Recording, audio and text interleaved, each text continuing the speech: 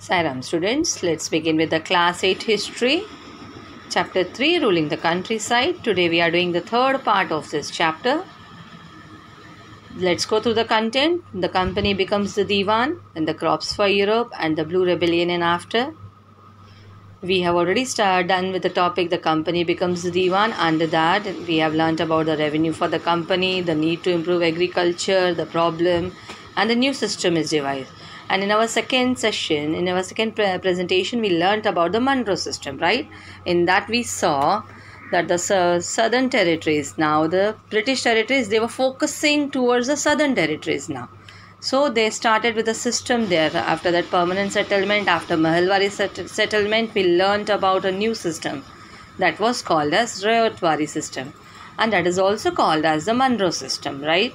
That is done by the Reed and Monroe. They felt that the need is required towards the south where no traditional zamindars are there, right? So there they started that. Then we learned the problems that faced again by that Monroe system, that is Rayotwari system. All was not well at that time. We learnt in that topic like driven by the desire to increase income from the land, the revenue officials fixed too higher revenue demand, correct? So what were the condition? Peasants were unable to pay that. So again that ryots means farmers and cultivators, correct? You all know that very well. They fled the countryside and the villages became deserted in many regions. Then we have started with the next topic also, crops for Europe. In that we saw that cultivation of opium and indigo was to be expanded in our country, India, right? And other crops also we have seen, such as we saw like cotton, jute in Bengal was preferably grown there. Then the tea in Assam, then sugarcane in the United Provinces, that is Uttar Pradesh, right? Then the wheat in Punjab, then cotton in Maharashtra and Punjab, and rice in Madras. Then the next topic also we have seen, does color have a history? We saw the two prints there, Kalamkari prints and the Morris cotton prints, right? In that, what was the common there? Both prints, they were having a rich blue color that commonly called as the indigo color, right? Then after that, why the demand for Indian indigo increased? We learnt in that about European countries, they tried with some other plant also that was called as woad as the alternative for indigo plant. But the color, the dyeing color of the woad was pale and dull. It was not up to the mark as it was required. So again, what they decided, Britain has to turn towards our country India, correct, for the indigo cultivation. So there we saw in 1788 only about 30% of the indigo was imported into Britain from our country India, right? But the same percentage increased to 95 in the year 1810. So this is what we have learned till that. Now let's move to the next topic. How was indigo cultivated? Now, how was indigo cultivated? There were the two main systems of indigo cultivation, that is niche cultivation and Rayoti system. Now, we are going to learn in that within the system of niche cultivation, the planter produced indigo in lands that he directly controlled. He either bought the land or rented it from other zamindars and produced indigo by directly employing hired laborers. But again, there were the problems with that niche cultivation. Now let's see what were the problems. The planters found it difficult to expand the area under niche cultivation. Why it was difficult? Because indigo could be cultivated only on fertile lands, and these were all already densely populated. So only small plots that was scattered over the landscape could be acquired. That was the problem there. So planters needed large areas in compact blocks to cultivate indigo in plantations. Where could they get such land from now? There was a problem for that. The question arises in front of them. So they attempted to lease in the land around the indigo factory and evict the peasants from that area. But this always led to conflicts and the tensions. Then nor was labor easy to mobilize. Even laborers were finding it difficult. So a large plantation required a vast number of hands to operate. Correct? Do you all agree that thing? Definitely, the large labor is done. The number of laborers required were more there, and labor was needed precisely at a time when peasants were usually busy with their rice cultivation also. Simultaneously, their rice cultivation was also going on. So again, what happened there? So this cultivation on a large scale also required many plows and bullocks. The number of plows and bullocks that were required for the niche cultivation was very large. Now, one biga, here one term has been given here, biga. You can see in the slide the biga. What is that? A unit of measurement of land. That biga is a unit that has been used for the measurement of land. Before British rule, the size of this area varied. But in Bengal, the British standardized it to about 1/3 of an acre. So 1 biga of indigo cultivation means 1000 bigas would need 2000 plows. You can imagine the extent. It will be double up. So investing on purchase and maintenance of plow was a big problem again. Nor could supplies be easily got from the peasants, since their plows and bullocks were busy on their rice field, because simultaneously rice cultivation was also going on there. Again, exactly at the time that the indigo planters also needed them. So till the late 19th century, planters were therefore reluctant to expand the area under niche cultivation. So less than 25% of the land producing indigo was under this system.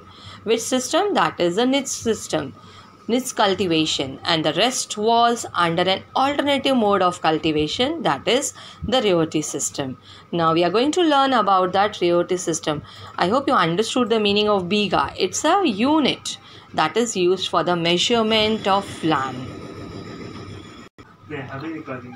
So now let's see the next, that is the roti system.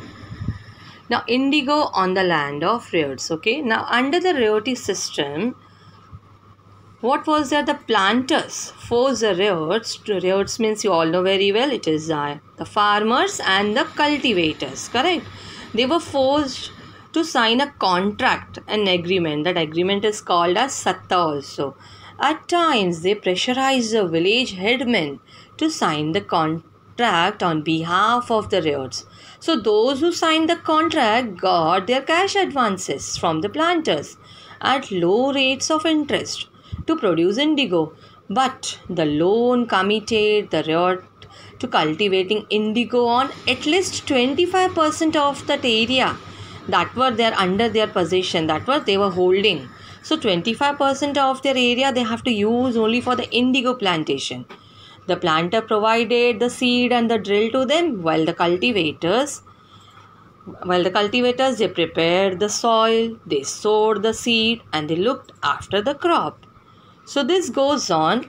Now here you can see the image that has been given, the indigo plant being brought from the fields to the factory, right? Now let's see move. Then when the crop was delivered to the planter after the harvest, a new loan was again given to the riot, and this cycle started all over again and again. So that was like there were many other problems also in this indigo cultivation. The planters usually insisted that indigo can be cultivated on the best soil, in which peasants preferred to cultivate rice also. See, for indigo plantation they required the fertile soil. Okay, so indigo moreover had deep roots and it exhausted the soil also rapidly. And after an indigo harvest, the land could not be sown with rice. So here there are some of the problems that were faced by the indigo cultivators. Income from the indigo was very less. That was one of the problems that were faced by the indigo cultivators. And cultivators got trapped. In which cycle they got trapped? They got trapped up in the cycle like the planter. After the harvest, a new loan was given to the riot. And this cycle goes on. Once the crop was delivered, again the new loan was given to them. So this was never ending for them. It was going on continuously. So land, and even one more problem was the land became infertile. That is not suitable for growing the rice crop. That was also the problem. So these are the issues that were faced by the indigo cultivators. Now let's see the next topic. How was indigo produced? Here the image has been given to you. The factory has been shown that has been located near indigo fields. That is, painting has been shown to you in your textbook here. Actually here you can see the system, like how they used to do that indigo cultivation. Now here again one more image has been given to you. Here in the first image you can see here the woman usually carried the indigo plant to the vats. Now here the meaning of vat is what? Vat, it is a fermenting or a storage vessel. You can see the once image has been given. This is there in your textbook also. The vat beater. Now who is that vat beater? He is a person. He is an indigo worker. He is standing with the paddle that was used to stir the solution in the vat. So these workers had to remain in waist deep water for over 8 hours to beat the indigo solution. So indigo plantation, actually it was not an easy process. It was very tedious. And here again one more, like so what was there? The indigo villages were usually around indigo factories owned by the planters, right? Then after harvest, the indigo plant was taken to the vats. I told you the meaning of vat. It's a fermenting or a storage vessel. Then in the indigo factory, that vats were there. Therefore, the 3 or 4 vats were needed to manufacture the dye. So each vat had a separate function. The leaves striped off the indigo plant from that were first soaked in warm water in a vat. When the farmers fermented, the liquid began to boil and bubble it. Now the rotten leaves were taken out and the liquid drained in another vat that was placed just below the first vat. So this was the process that was followed while doing the indigo cultivation. Then again in the second vat, the solution was continuously stirred and beaten with paddles. When the liquid gradually turned green and then blue, lime water was added to that vat. So gradually the indigo separated out in flakes. A muddy sediment settled at the bottom of the vat and a clear liquid rose to the surface. So the liquid was drained off and the sediment of that indigo pulp was transferred to another vat. So this was really the tedious and the lengthy process, and then pressed there, and then they were pressing it there for drying it, and they were selling it then. Here again the last image has been given to you here. The indigo is ready for sale. Now here also you can see the last stage of the production, workers stamping and cutting the indigo pulp that had been pressed and molded. And one of the figure in this image itself, in the background, you can see a worker carrying away the blocks for dyeing. Triangle. So let's have the quick recap of what we have learned in our today's session. How was indigo cultivated, right? In that we learned the 2 systems that were niche cultivation, and second one was the roti system, correct? In the niche cultivation, what was that? The planter produced indigo in lands that he directly controlled, either bought the land or rented it from other zamindars. Then he produced indigo by directly employing hired workers, hired laborers, right? Then second one we learnt here in this is roti system. In that roti system, what did we see? Planters forced ryots to sign a contract or agreement that is called as satta, and cultivators got a loan against this satta. So ryots were dissatisfied with the system and they turned violent. Okay, then we saw the problems with the niche cultivation. What were the problems with the niche cultivation? The planter faced difficulty in expanding the area, right? Because it was densely populated area. The indigo could be cultivated only on fertile lands. These were already densely populated, so they were not able to get the land so easily. The small blocks were only available for them. So planters needed large areas in compact blocks to cultivate indigo in plantations. They tried to get the land on lease around the indigo factory. This is what they were doing. They could do so by getting evicted the peasants from the areas. This led to the conflicts and the tensions again. And one more problem was there of the labor also. Labor was not easily available. It was not able to mobilize easily. A large plantation required a numerous laborers, and this at the same time was required for the rice cultivation also, correct? Then we saw like indigo on the land of riots. And we learnt about in niche cultivation one more thing, that is a large scale needed numerous ploughs and bullocks, correct? We learnt about the bhiga in that. That was a unit used for the measurement of land, correct? And the next we saw here indigo on the land of riots.